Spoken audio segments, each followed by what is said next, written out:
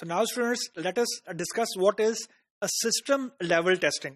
Now before proceeding, एक चीज आपने conceptually दिमाग में अपने रखनी है कि ये जो सिस्टम लेवल टेस्टिंग है ये परफॉर्म अब टेस्टिंग डिपार्टमेंट ही करेगा, लेकिन इसके लिए मतलब don't mix it up with a test cases.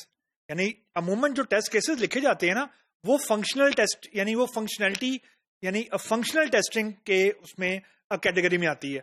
जो सिस्टम लेवल टेस्टिंग है ना इसका मेन ऑब्जेक्टिव ये है कि now you will act like as an end user. End user से मुराद ये है कि अमूमन जब भी कोई बड़ी कंपनी कोई नया प्रोडक्ट लॉन्च करती है ना तो they do it for the limited audience, not the developers, not the testers. These are, यूं कह लें कि इसको हम लोग बीटा लॉन्च भी हम लोग बोल देते हैं। बीटा लॉन्च से मुरादी होती है या सिस्टम लेवल टेस्टिंग से मुरादी होती है कि you simulate the client environment for the particular number of users before reaching it out to the masses. Mean आपने तमाम लोगों के लिए एक प्रोडक्ट एकदम से लॉन्च नहीं करना। सबसे पहले आपने यूनिट टेस्ट लिखे, आपने यूनिट टेस्टिंग कर ली, देन आपने इंटीग्रेशन टेस्टिंग कर ली, उसके बाद टेस्टिंग डिपार्टमेंट ने फॉर्मल टेस्टिंग कर ली, टेस्ट केसेस वगैरह रन कर लिए and so on. So they achieve a certain level of stability, certain level of confidence in their product. Now comes the next thing कि अब टेस्टिंग टीम ने भी इसको पास कर दिया, तो नाउ व्हाट टू डू। इसके बाद कभी भी डायरेक्ट मार्केट लॉन्च या कमर्शियल लॉन्च नहीं हुआ करती। इसके बाद अमूमन पहले आपकी बीटा लॉन्च होती है, फिर अल्फा लॉन्च होती है जिसको हम लोग कमर्शियल लॉन्च भी बोलते हैं। तो system level testing it is a sort of beta testing. What does it mean? It mean कि जिस ऑडियंस के लिए या जिन लोगों के लिए आपने सिस्टम लेवल टेस्टिंग को लॉन्च करना है वो ना टेकीज हैं, ना वो डेवलपर्स हैं, ना वो आपकी टेस्टिंग टीम का पार्ट है। These are sort of your end users, आपके फंक्शनल यूजर्स हैं। यानी जिस भी टारगेट मार्केट के लिए आपने किसी प्रोडक्ट को लॉन्च किया है उस प्रोडक्ट के लिए आप एक लिमिटेड ऑडियंस आप सिलेक्ट करते हैं और उस लिमिटेड ऑडियंस को वो एनवायरनमेंट प्रोवाइड करते हैं which is nearest match to the real time environment और द प्रोडक्शन एनवायरनमेंट। गोल क्या है? गोल ये है कि सिस्टम लेवल टेस्टिंग में सेम प्रोडक्ट को अब यूजर टेस्ट करेगा from the user view point. अब यूजर व्यू पॉइंट को समझिए, यूजर व्यू पॉइंट क्या है? यूजर व्यू पॉइंट से मुराद ये कि आपका हर यूजर टेकी नहीं होता। हर यूजर को टेक्नोलॉजी की उतनी अवेयरनेस नहीं है जितनी बीइंग अ डेवलपर आपको है, या उतनी डोमेन का नहीं पता जितनी बीइंग अ डेवलपर और बीइंग अ टेस्टर आपको पता है।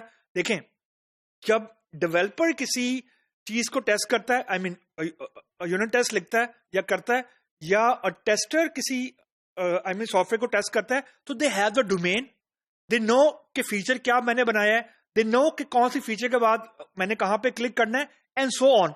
जब हम ये कह रहे हैं ना कि यूजर व्यू पॉइंट से आपने मैच करना है या एज अ यूजर आपने बिहेव करना है, उसका मतलब ये है you don't know the behaviour, you don't know the functionality, all you have is a running software and sort of reading manual, जिसको हम लोग रिलीज नोट्स या हेल्पिंग गाइड भी बोलेंगे। तो आपने नाइव यूजर की तरह, जो कि बिल्कुल टेकी नहीं है, जिसको टेक्नोलॉजी का या आपके प्रोडक्ट की डोमेन का नहीं पता, आपने वो एक्ट करना है। इसका मतलब है कि these audience will be something external to the company. अमूमन क्या होता है कि अमूमन जो कंपनीज हैं they hire some people and they launch the product among those people जो कि कंपनी के एक्सटर्नल होते हैं to get the feedback from the real time end user. क्योंकि जब आपको एंड यूजर फीडबैक बताएगा तो हो सकता है वो फीडबैक आपने स्किप ही कर दिया हो। देखें, सबसे पहली चीज जो एंड यूजर जो कि किसी प्रोडक्ट को फर्स्ट टाइम यूज कर रहा है उसके यूआई होती है। तो अमूमन डेवलपर्स जो होते हैं उनके लिए सबसे आखिर में आती है यूआई अमूमन, और पहले आती फंक्शनैलिटी। लेकिन जब आपका एंड यूजर होता है उसके लिए सबसे पहले आती है यूआई, यानी उसकी कलर स्कीम, उसके आइकॉन, उसकी स्पेलिंग मिस्टेक्स, उसके फॉन्ट एंड सो ऑन, और फिर आती फंक्शनैलिटी। तो ये साइकी में फर्क है। The psychological the psyche is exactly the opposite. तो आपको जो आपका प्रोडक्ट है वो डेवलपर्स के लिए नहीं बन रहा, आपका जो प्रोडक्ट है वो डेवलपर्स के लिए कतई नहीं बन रहा, वो एंड यूजर के लिए बन रहा है।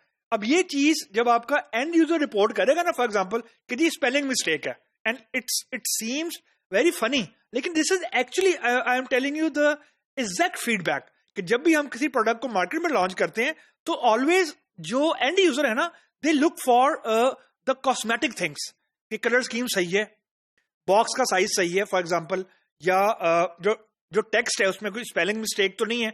जब आप ये चीजें टेस्टिंग टीम को या जो डेवलपर्स को बताओगे तो at time they will say कि फंक्शनैलिटी में तो कोई ब्रेक नहीं आ रहा ना, तो end user will go to the functionality after the UI thing और after the user interface thing.